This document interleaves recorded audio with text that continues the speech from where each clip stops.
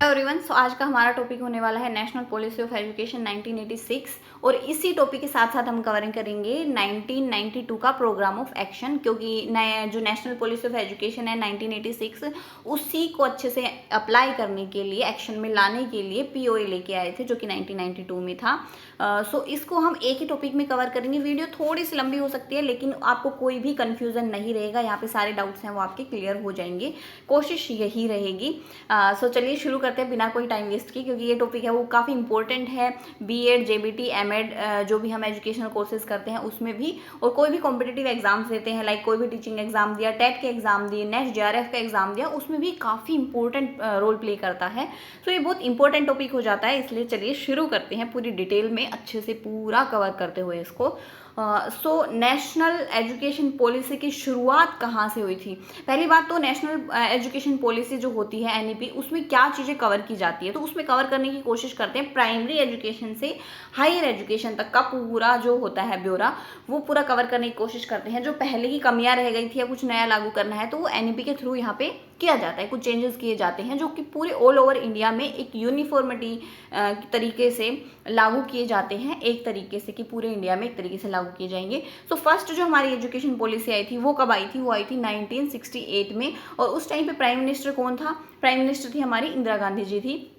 सो ये भी हमें याद रखना है, क्योंकि कई बार ना ऐसे क्वेश्चंस आ सकते हैं, कॉम्पिटिटिव एग्जाम में पूछे जाते हैं, टेट में या नेट जेआरएफ में भी पूछे जा सकते हैं। दूसरी जो एजुकेशन पॉलिसी आई थी जिसको हम अभी पढ़ रहे हैं 1986, उस टाइम पे प्राइम मिनिस्टर कौन थे? उस टाइम पे थे राजीव गांधी जी। और जो थर्ड नेशनल एजुकेशन पॉलिसी आई है वो कब आई? 2020 में आई है, और उस टाइम पे प्राइम मिनिस्टर कौन थे? नरेंद्र मोदी जी थे। जो अभी लागू हो रही है या वर्क में आ रही है, वर्किंग कंडीशन में कुछ एरियाज में वहाँ पे लागू कर दी गई है, और कुछ में अभी रह रहा है, काम धीरे धीरे हो रहा है। ठीक है, तो आज जो हम कवर करने वाले हैं वो 1986 की एजुकेशन पॉलिसी है। उसमें किस चीज़ पे ज़्यादा फोकस किया गया था उस टाइम पे, जो ज़रूरत थी उसके अकॉर्डिंग। तो उस टाइम पे किस चीज़ की ज़रूरत थी? क्योंकि वहाँ पे ना डिस्पैरिटी उस टाइम पे बहुत ज़्यादा थी, वुमेन एजुकेशन को लेके कुछ ज़्यादा ऐसा था नहीं, वुमेन्स घर में ही रहती थी। तो उन छोटी छोटी चीज़ों पे फोकस करके तब इन्होंने एजुकेशन पॉलिसी को डेवलप किया था। तो इसकी एक टैगलाइन है जो कि हमें याद रखनी है, क्वेश्चंस में पूछा जाता है, ऑब्जेक्टिव क्वेश्चंस में, a special emphasis on removing disparities को हटाना and equalising educational opportunity specially for Indian women, scheduled tribe, scheduled caste और कम्युनिटीज जो थी उनके लिए, कि जो SC STs वगैरह थे, जो माइनॉरिटीज़ वगैरह थे, इंडियन वुमेन्स थी स्पेशली, उनके लिए इक्वल एजुकेशन अपॉर्चुनिटी प्रोवाइड करना, ये इसका मेन मोटिव था। ओके, सो उस टाइम पे राजीव गांधी जी थे, ये हमें ध्यान में रखना है। और ये जो टैगलाइन थी ये हमें ध्यान रखनी है कि किस किस पे इन्होंने फोकस किया, डिस्पैरिटीज़ हटाई, सबके लिए इक्वल एजुकेशन लेके आए। ओके, जो इनका लाइक पुअर फैमिलीज़ वगैरह थी, या क्या होता है कि स्पेशल चाइल्ड होते हैं, काफ़ी टैलेंटेड बच्चे जो थे, जो कि रूरल एरियाज़ में भी थे, माइनॉरिटीज़ वगैरह से कहीं से भी बिलोंग करती हो, तो उनके लिए भी इन्होंने लाइक स्कॉलरशिप्स वगैरह प्रोवाइड करने का प्रावधान किया। तो काफ़ी ऐसी अलग अलग प्रोविजंस किए कि जो टैलेंट है वो बाहर निकल के आए और इंडिया की ग्रोथ और डेवलपमेंट में हेल्प करे। सो एक देख लेते हैं पूरा शॉर्ट में, कि आगे मान लो हम डिटेल में करेंगे इस वीडियो में तो आपको समझ में आ जाए। तो ये पूरा शॉर्ट नोट की तरह मैंने यहाँ पे डाला हुआ है। तो यहाँ पे स्ट्रक्चर ऑफ एजुकेशन क्या था? 10+2+3 का था। हायर एजुकेशन तक भी उन्होंने यहाँ पे इंक्लूड की थी। इन्होंने फोकस किया अर्ली चाइल्डहुड केयर और एजुकेशन पे, क्योंकि जो एक बच्चे का दिमाग का विकास होता है वो 80-85% तक इस टाइम पीरियड में ही हो लेता है, जो 3 से 7-8 साल तक का जो टाइम पीरियड होता है उसी में होता है। तो इन्होंने अर्ली चाइल्डहुड केयर और एजुकेशन पे भी फोकस किया। इक्वल अपॉर्चुनिटी फॉर ऑल, सभी के लिए इक्वल अपॉर्चुनिटीज़ प्रोवाइड की, कि यहाँ पे वुमेन हो, चाहे SC ST से बिलोंग करते हो, कोई भी हो, हैंडीकैप्ड हो इवन, उन सब के लिए इक्वल अपॉर्चुनिटी रहेगी एजुकेशन लेने के लिए। मिनिमम लेवल ऑफ लर्निंग एक डिसाइड किया गया कि हर एक स्टेज पे एजुकेशन की पे एक मिनिमम लेवल ऑफ लर्निंग होना चाहिए, कि इतना तो भाई बच्चा सीखे तभी उसको आगे भेजा जाए। लाइफ लॉन्ग एजुकेशन होनी चाहिए, पूरी लाइफ में ये प्रोसेस चलता रहता है कि हम एजुकेशन मतलब कुछ ना कुछ सीखते रहते हैं, तो एजुकेशन है वो लाइफ लॉन्ग होनी चाहिए। एजुकेशन फॉर इक्वलिटी की इन्होंने बात की कि भाई इक्वल अपॉर्चुनिटी मिले, एक सोशल जस्टिस मिले, एक ऐसी भावना हो कि भाई सब इक्वल है, एजुकेशन के थ्रू ऐसी भावना विकसित की जाए। रिमूवल ऑफ वुमेन इलिटरेसी, उस टाइम पे वुमेन इलिटरेसी बहुत ज़्यादा थी, तो उस चीज़ को इन्होंने ख़त्म करने की कोशिश की, क्योंकि वुमेन के लिए भी इन्होंने लाइक जो एजुकेशन है उसको कंपलसरी करने की कोशिश की कि सभी के लिए कंपलसरी है, जैसे मैन के लिए ज़रूरी है वैसे ही वुमेन के लिए ज़रूरी है। तो इस चीज़ पे इन्होंने फोकस किया। माइनॉरिटीज़ की एजुकेशन पे काफ़ी फोकस किया। जो माइनॉरिटीज़ ग्रुप थे उनके लिए भी अलग अलग से प्रावधान ये लेके आए थे। ओके, हैंडीकैप की एजुकेशन पे भी इन्होंने काफ़ी फोकस किया कि जैसे नॉर्मल पर्सन ले सकता है एजुकेशन, वैसे ही हैंडीकैप भी ले सकते हैं। यूनिवर्सल एनरोलमेंट एंड रिटेंशन, ये इनका एम था कि हमें यूनिवर्सल मतलब सभी को एनरोल करें, 14 साल तक के जो बच्चे हैं, और रिटेन करें मतलब स्कूल में रहे, पढ़े, सीखे कुछ और आगे बढ़े। चाइल्ड सेंटर्ड अप्रोच इन्होंने अपनाई। यहाँ पे जो लर्नर्स के ऊपर ज़्यादा फोकस किया कि वो किस तरीके से सीख सकते हैं, किस चीज़ में उसका इंटरेस्ट है और कैसे मतलब उसकी जो स्किल्स वगैरह है उसको आगे एनहांस किया जा सकता है, डेवलप किया जा सकता है और अच्छे से निखारा जा सकता है। पे सेटिंग स्कूल्स हैं टैलेंटेड बच्चों के लिए, वो एस्टेब्लिश किए गए। जैसे कुछ ज़्यादा ही एक्स्ट्रा ऑर्डिनरी बच्चे होते हैं उनके लिए अलग से स्कूल एस्टेब्लिश की गई, उनको और अच्छे से लाइक उनका टैलेंट बाहर निकालने के लिए, निखारने के लिए। टेक्निकल और मैनेजमेंट एजुकेशन जो थी उस पर इन्होंने बहुत फोकस किया क्योंकि वो समय की मांग थी उस टाइम पे। टेक्निकल और मैनेजमेंट की फील्ड में भी हमारा इंडिया आगे बढ़े, इसलिए उन्होंने इस पर फोकस किया। अब देख लेते हैं ऑब्जेक्टिव्स को। हालांकि उसमें काफ़ी सारे जो मेन पॉइंट्स थे सारे कवर हो चुके हैं, वो जो एक टेबल बनाई हुई थी मैंने, लेकिन फिर भी थोड़ा सा और डिटेल में जाते हुए हम ऑब्जेक्टिव्स को देख लेते हैं, कंपोनेंट्स वगैरह इसके देखेंगे। तो इसके ऑब्जेक्टिव्स क्या क्या थे कि इन्होंने ensure access to quality education, कि इनका जो मेन फोकस था वही था कि सभी को क्वालिटी एजुकेशन मिले, एक हाई क्वालिटी एजुकेशन मिले। ऐसा इन्होंने फ्रेमवर्क बनाया था नेशनल लेवल के ऊपर, जिसमें like caste, creed, locality, gender, ऐसा कोई भेदभाव नहीं होना चाहिए सभी के लिए। हर एक छोटे से छोटे कॉर्नर में भी वो एजुकेशन पॉलिसी अगर पहुंचेगी तो सभी के लिए इक्वल एजुकेशन रहेगी। एस्टेब्लिश ए कॉमन एजुकेशनल स्ट्रक्चर, इन्होंने एक 10+2+3 का एक कॉमन एजुकेशनल स्ट्रक्चर बनाया जो ऑल इंडिया में लागू होगा। सभी स्टेट में, सभी स्कूल्स में 10+2+3 का ही जो एजुकेशनल स्ट्रक्चर है वो लागू होता था अब तक। इवन अब भी होता है। जो अब 2020 वाला फॉर्मेट है उसमें ये चीज़ें चेंज हुई है। Okay, develop in national curriculum framework, एक नेशनल करिकुलम फ्रेमवर्क बनाया कि जो करिकुलम हम पढ़ा रहे हैं वो नेशनल लेवल पर वर्क करे। यहाँ की जो लोकल चीज़ें हैं, लोकल एग्जाम्पल्स है, उसको ऐड किया गया। मेथड्स वगैरह थे वो चेंज किए गए, यहाँ के अकॉर्डिंग किए गए। काफ़ी कुछ चीज़ें थी वो अडेप्ट की गई। ओके, मतलब एक अच्छा एजुकेशन सिस्टम बनाया, एक पूरा फ्रेमवर्क ऐसा बनाया कि जो ऑल ओवर इंडिया में लागू हो सके। तो इस चीज़ पे भी इन्होंने काफ़ी फोकस किया था इसके अंदर। वोकेशनल एजुकेशन को काफ़ी प्रमोट किया इन्होंने कि वोकेशनल एजुकेशन समय की मांग है, जो अनएम्प्लॉयमेंट की दिक्कत है वो ख़त्म हो जाएगी। इन्होंने फोकस किया कि जो सेकेंडरी एजुकेशन तक बच्चा इतना सक्षम हो जाए कि वो किसी भी लाइक वोकेशनल कोर्स करके और अपना एक जीवन यापन कर सके, और किसी को हायर स्टडी करनी है तो आगे पढ़ने के लिए प्रावधान है ही। Educate weaker section of society, जो वीकर सेक्शंस थे लाइक डिफरेंटली एबल जो इंडिविजुअल्स थे, SC STs थे और गर्ल्स थी, ठीक है, उनको उनके लिए एक तरीके से एजुकेशन पे फोकस किया गया। Ensure basic facilities in primary schools, primary schools थे उनमें बेसिक फैसिलिटीज़ हो, इसके लिए उन्होंने एक ऑपरेशन ब्लैक बोर्ड भी चलाया। ये देखो काफ़ी इंपॉर्टेंट है क्योंकि यहाँ से क्वेश्चन पुटअप किए जाते हैं। जो हमारे ऑब्जेक्टिव क्वेश्चंस होते हैं, टीचिंग एग्जाम्स वगैरह होते हैं, उसमें भी आता है कि ऑपरेशन ब्लैक बोर्ड है उसने कौन सी एजुकेशन पॉलिसी के तहत चला गया था। तो इसका आंसर हो जाएगा 1986। तो ये हमें याद में रखना है। और इसमें क्या था, मेनली ऑपरेशन ब्लैक बोर्ड में था कि प्राइमरी एजुकेशन पे ज़्यादा फोकस किया गया था इसमें, प्राइमरी स्कूल्स के ऊपर, कि प्राइमरी स्कूल का इंफ्रास्ट्रक्चर है वो काफ़ी अच्छा होना चाहिए। लाइक उसमें 2 रूम हो, मैप हो, चार्ट हो, ब्लैक बोर्ड हो, कारपेट हो और एक अच्छा टीचर हो पढ़ाने के लिए। तो ये बेसिक नीड थी कि इतना इंफ्रास्ट्रक्चर तो एटलीस्ट होना चाहिए।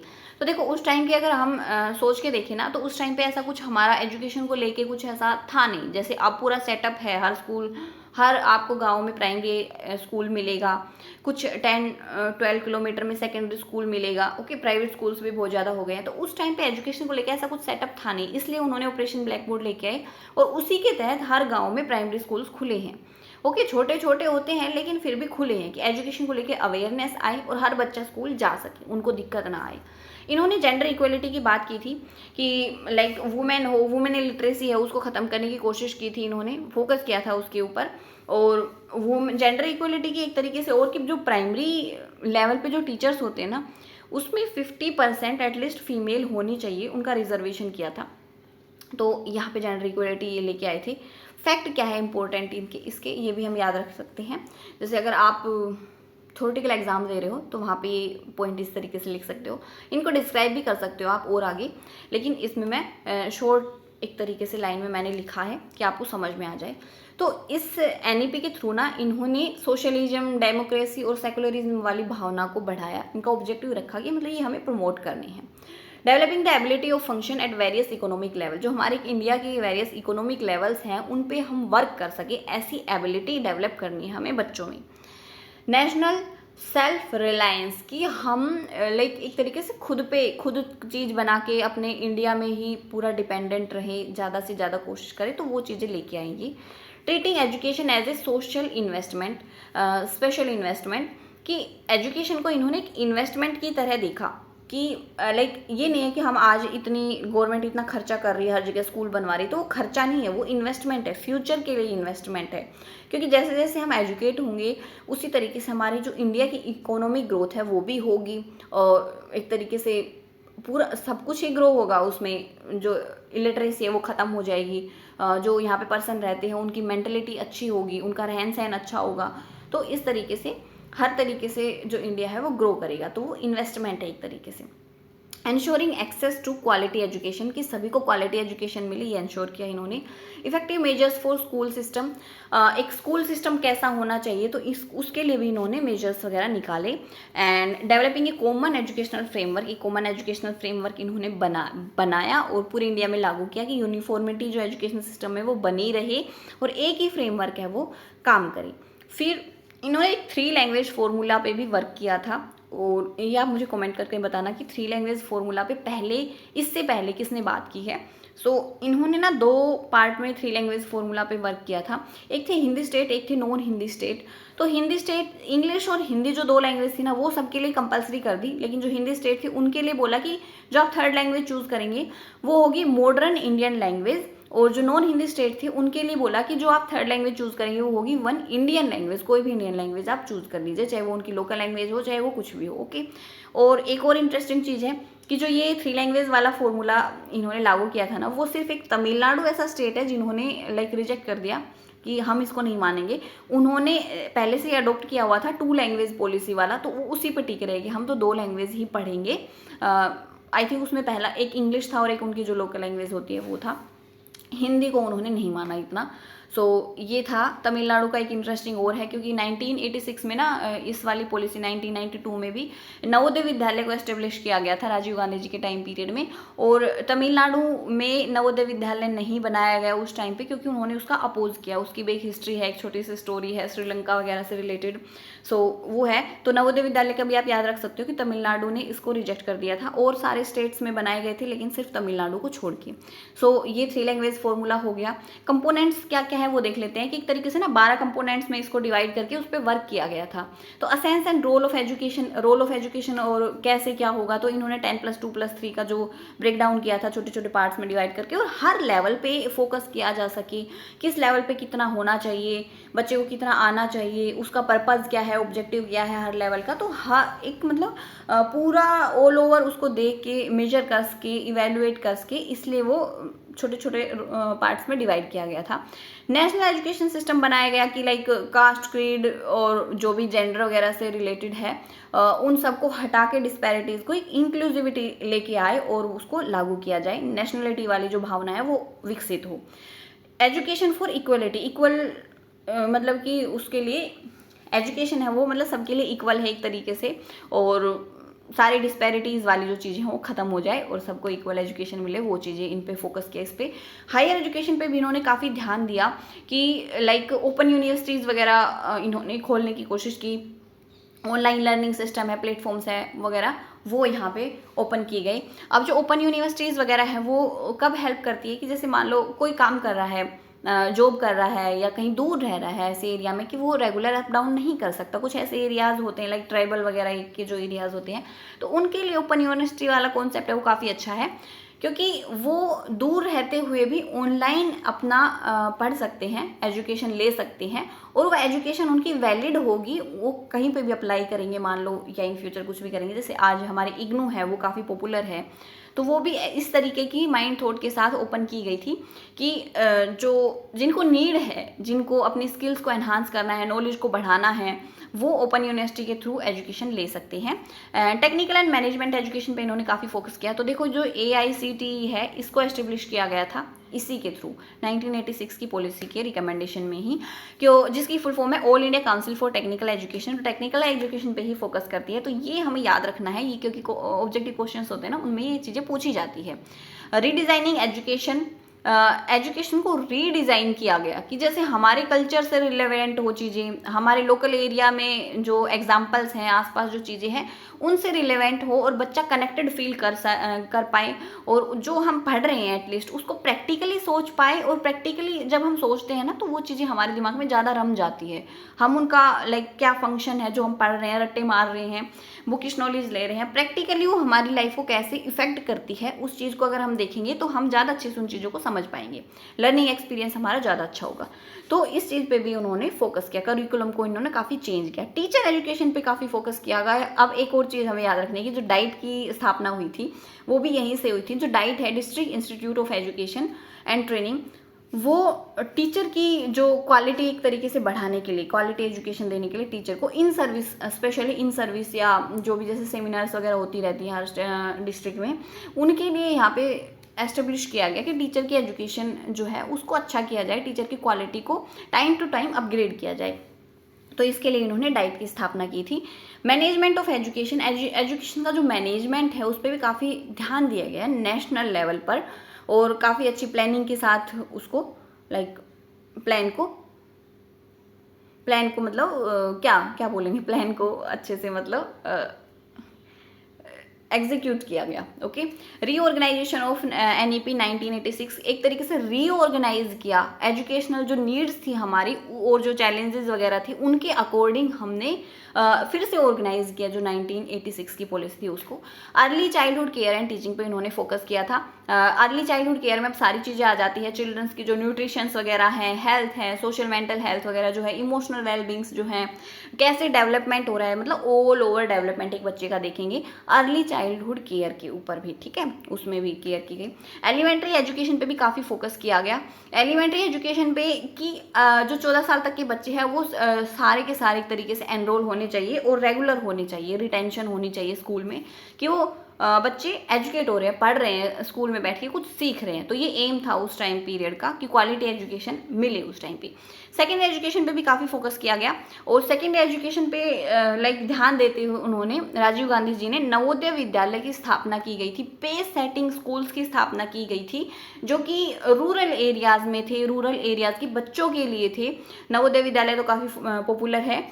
तो उसमें क्या था कि जो रूरल एरियाज़ के बच्चे होते हैं ना उसके लिए होता है, SC/ST वालों के लिए भी अलग से आरक्षण होता है इसमें। जो टैलेंटेड बच्चे, उसमें एक टेस्ट होता है साल के जनवरी फरवरी में, और उसके थ्रू उसमें 80 के अप्रोक्स बच्चे लिए जाते हैं, 60 या 80 के 2 बैचेस बनाए जाते हैं। तो उसमें वो बच्चे पिक किए जाते हैं जो टैलेंटेड बच्चे होते हैं, वो बच्चे 5th क्लास में एग्जाम होता है, 9th में भी होता है, 11th में भी होता है। सो नवोदय विद्यालय यहाँ पे स्टैब्लिश किए गए जो कि काफ़ी अच्छा एक तरीके से हैं। जो केंद्रीय विद्यालय है, नवोदय विद्यालय हैं, ये इनका जो रिजल्ट है वो भी टॉप मोस्ट रहता है पूरे ऑल ओवर इंडिया में। इनको आज तक कोई बीट नहीं कर पाया, इतनी अच्छी क्वालिटी की एजुकेशन इन स्कूल्स में दी जाती है। मैं खुद पढ़ी हुई हूँ, कोई भी बीट नहीं कर सकता नवोदय विद्यालय और KVS को। इनका जो रिजल्ट रहता है वो नंबर 1 पे रहता है, और जितने भी प्राइवेट स्कूल है जो इतनी महंगी महंगी फीस लेते हैं उनका रिजल्ट भी काफ़ी पीछे रहता है। ओके, फिर अब देखते हैं कि 1992 का जो कॉन्सेप्ट है वो कैसे आया यहाँ पे, प्रोग्राम ऑफ एक्शन। तो यहाँ पे ना मॉडिफिकेशंस हुए कुछ 1986, क्योंकि 1986 की जो पॉलिसी थी वहाँ पे वो लागू नहीं हो पाई, वार वगैरह की सिचुएशंस थी, कुछ हमारी सिचुएशंस इंडिया की इकोनॉमिकली भी इतनी अच्छी नहीं थी कि इतने तगड़े वाले या इतने वास्ट लेवल पे इतना कुछ सोच सके, क्योंकि पॉलिसी में काफ़ी कुछ चीज़ों के बारे में इन्होंने बात की थी। सो 1992 में फिर से वो वर्क किया गया इसके ऊपर। 1990 में रामामूर्ति कमेटी वगैरह भी बिठाई गई थी, कहाँ पे कमी रह गई है, हमें फिर से इस चीज़ को वर्क में लेके आना है। तो उन्होंने भी एक रिपोर्ट सबमिट की और प्रोग्राम ऑफ एक्शन आया 1992। अब 1992 का जो प्रोग्राम ऑफ एक्शन था इसमें कुछ क्या बोलेंगे, मॉडिफिकेशंस थी, बस इन्होंने कुछ 2-4 मॉडिफिकेशंस और की थी जो एग्जिस्टिंग फ्रेमवर्क था हमारा वो, और क्वालिटी और एक्सेसिबिलिटी पे थोड़ा सा और ध्यान दिया गया था। तो इन्होंने लाइक क्या क्या चीज़ें यहाँ पे मेंशन की, उस चीज़ को पढ़ेंगे पूरा, जो कि 1986 की पॉलिसी में ही आ जाएगा। अगर आप कहीं देखोगे ना 1986 की पॉलिसी में ही प्रोग्राम ऑफ एक्शन का इंक्लूड करके पढ़ाते हैं हमें।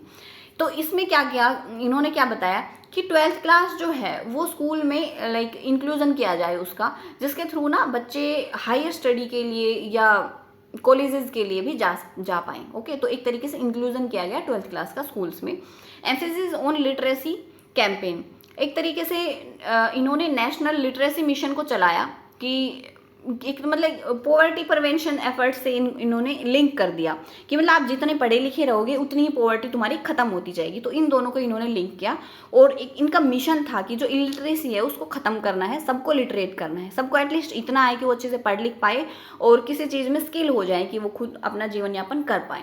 इन्होंने स्ट्रेंथनिंग एजुकेशनल इंस्टीट्यूशन, जो एजुकेशनल इंस्टीट्यूशंस थे उनको और स्ट्रेंथन किया, लाइक जैसे जो यूजीसी थे, एनसीटी थे, एआईसीटी थे, तो उनको और ज़्यादा स्ट्रेंथन किया और ज़्यादा इफ़ेक्टिव बनाया उनको, कि वो अपना रोल है वो उनका और ज़्यादा इफ़ेक्टिव हो स्टूडेंट्स की लाइफ में या स्टूडेंट की एजुकेशन में।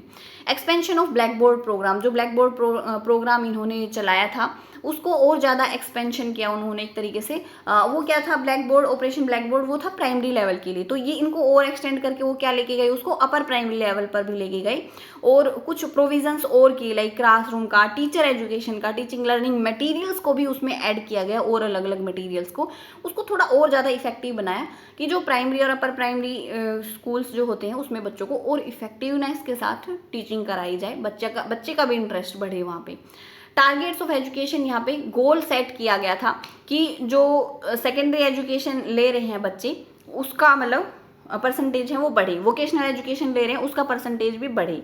तो सेकेंडरी एजुकेशन का टारगेट फिक्स किया इन्होंने 1995 तक, और जो वोकेशनल एजुकेशन है उसका टारगेट फिक्स किया इन्होंने 2000 तक, कि जो मतलब एक परसेंटेज को इंक्रीज करना। उस टाइम पे जो 1992 में थी उससे ज़्यादा इन्हें बढ़ानी थी 2000 और 1995 तक, तो ये टारगेट रखी इन्होंने। नवोदय विद्यालय को स्टैब्लिश किया गया, जैसे कि मैंने बताया आपको, नवोदय विद्यालय है वो ऑल ओवर कंट्री में बनाए गए थे except Tamil Nadu. SC ST students होते हैं वो भी होते हैं यहाँ पे, रूरल चिल्ड्रंस जो होते हैं स्पेशली उनके लिए थे ये। Autonomous commission for higher education, एक ऑटोनोमस कमीशन बनाया गया कि हायर एजुकेशन की जो लाइक इम्प्रूवमेंट क्या करने हैं उसमें, उसकी क्वालिटी कितनी अच्छी होनी चाहिए। तो एक ऐसा कमीशन बनाया गया जो हायर एजुकेशन पे फोकस कर सके, क्योंकि हायर एजुकेशन काफ़ी इंपॉर्टेंट है, क्योंकि जितना भी डेवलपमेंट होता है ना कंट्री में, वो हायर एजुकेशन जितनी अच्छी रहेगी उतना ही अच्छा डेवलपमेंट होएगा, और हायर एजुकेशन तभी अच्छी होगी तब हमारी प्राइमरी सेकेंडरी एजुकेशन अच्छी होगी तब। सो इन्होंने एक और किया, जेंडर रिप्रेजेंटेशन इन टीचिंग।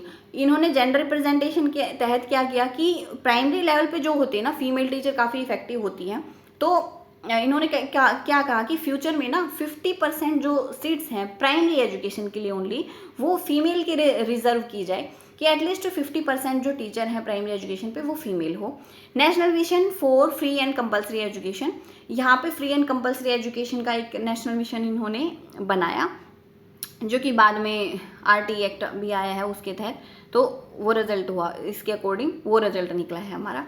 ठीक है, तो इन्होंने बनाया कि एक गोल रखा इन्होंने कि जो 14 साल तक के बच्चे हैं उसमें फ्री और कंपलसरी एजुकेशन हो, और टारगेट रखा इन्होंने 2000 वाला, कि 2000 तक ही होना चाहिए। इन्होंने क्या, special emphasis on secondary education for marginalised group. अब मार्जिनलाइज्ड ग्रुप में सब आ जाएंगे, लाइक फीमेल्स भी आ जाती है, SC STs भी आ जाते हैं, वीकर क्लासेस भी आ जाती हैं, तो वो सारी उनके लिए एक ज़्यादा फोकस किया गया उनकी एजुकेशन के ऊपर। नेशनल इवैल्यूएशन एसोसिएशन यहाँ पे बनाया गया कि जो हम इवैल्यूएशन कर रहे हैं, जो एग्जामिनेशंस कंडक्ट कर रहे हैं, किस चीज़ को ध्यान में रख के हम बच्चे को प्रमोट कर रहे हैं एक क्लास से दूसरी क्लास में, तो उसके ऊपर भी अच्छा खासा काम होना चाहिए। तो इन्होंने एक एसोसिएशन बना दिया जो इवैल्यूएशन के ऊपर ही था, कि कैसे एग्जामिनेशन होंगे, कैसे रिफॉर्म होगा, like internal examination, external examination पे कितना फोकस रहेगा, तो वो पूरा इवैल्यूएट करे। तो इसके लिए इन्होंने ये एसोसिएशन बना दिया। Allocation of funds for education, इन्होंने फंड की बात की यहाँ पे, इससे पहले फंड की बात नहीं हुई थी, 1986 की पॉलिसी में ही फंड की बात हुई है। तो ये आप ध्यान में रख सकते हैं कि 1986 की पॉलिसी में बोला कि कम से कम नेशनल इनकम का 6%, कम से कम 6% हमें खर्च करना है एजुकेशन पे, ठीक है। हालांकि वो आज तक भी पॉसिबल नहीं हो पाया कि पूरा 6% खर्च करे कोई गवर्नमेंट, लेकिन इन्होंने बोला कि 6% खर्च करना है। अब 2020 की पॉलिसी है, उसमें भी काफ़ी सारे रिकमेंडेशन यहाँ पे दिए गए हैं कि इतना परसेंट है वो रिसर्च पे खर्च करना है, रिसर्च भी काफ़ी ज़रूरी है, ठीक है, और एजुकेशन पे इतना खर्च करना है। लेकिन जो पहली बात की गई थी वो 1986 की पॉलिसी में की गई थी, 6% खर्च करना है, ये हमें याद रखना है। अब बात आती है कि डिफरेंस क्या है जो हम पढ़ रहे हैं कि भाई प्रोग्राम ऑफ एक्शन है, NEP 1986 है, उन दोनों में अंतर क्या है, अगर हम दोनों को अलग अलग भी पढ़ रहे हैं साथ साथ भी पढ़ रहे हैं, क्योंकि टाइम पीरियड काफ़ी है, कहाँ 1986 है कहाँ 1992 है। ओके, तो जो ये 6 साल का गैप है उसमें क्या चीज़ अलग है दोनों में। ओके, तो यहाँ पे कुछ मतलब वही है कि अलग प्रोस्पेक्टिव या ज़्यादा फोकस करके 1992 में यहाँ पे ध्यान दिया गया था। तो किन किन चीज़ों पे यहाँ पे ध्यान दिया गया, तो फर्स्ट है यूनिवर्सलाइजेशन ऑफ एलिमेंट्री एजुकेशन, कि पहले क्या था 1986 में एम रखा गया था कि जो सभी के लिए है वो प्राइमरी एजुकेशन यहाँ पे दी जाएगी,